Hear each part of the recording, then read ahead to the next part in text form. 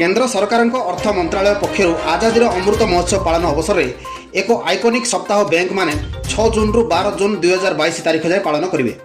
यही अवसर में आज स्थानीय कृष्णचंद्र नगर भवन ठारे एक ऋण संजयीकरण मेला, आर्थिक साक्षरता और विभिन्न सामाजिक सुरक्षा योजना बीमा पेंशन संबंध में विस्तृत कार्यक्रम आयोजन करा। स्टेट बैंक ऑफ इंडिया अग्रणी शाखा पक्षर होता यह कार्यक्रम को एलडीएम श्री धीरेन्द्र बिहारी परिचालना करथिले। ଏହି ବିତରଣ ମେଳାରେ ମୁଖ୍ୟ ଅତିଥି ଭାବେ ରାୟଗଡ଼ା ଜିଲ୍ଲାପାଳ ଶ୍ରୀଯୁକ୍ତ ସରୋଜ କୁମାର ମିଶ୍ର ଯୋଗଦାନ କରି ହିତାଧିକାରୀମାନଙ୍କୁ ମଞ୍ଜୁର ଅର୍ଥର ସଠିକ୍ ଯୋଜନା କରି ତାହାର ବିନିଯୋଗ ଉପରେ ଅନୁରୋଧ କରିଥିଲେ।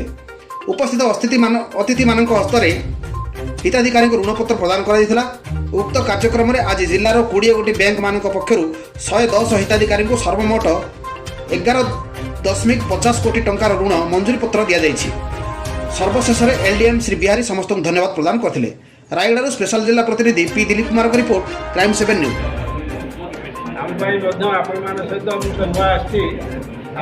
सहित दीपद भाव आदान प्रदान करने सुजोग मिली से एलडीएम साहब को धन्यवाद दूसरी तेज आपण समस्त अभिनंदन जनावि जहाँ आपण मैंने गरम समस्ते बसी दीपद शुणे।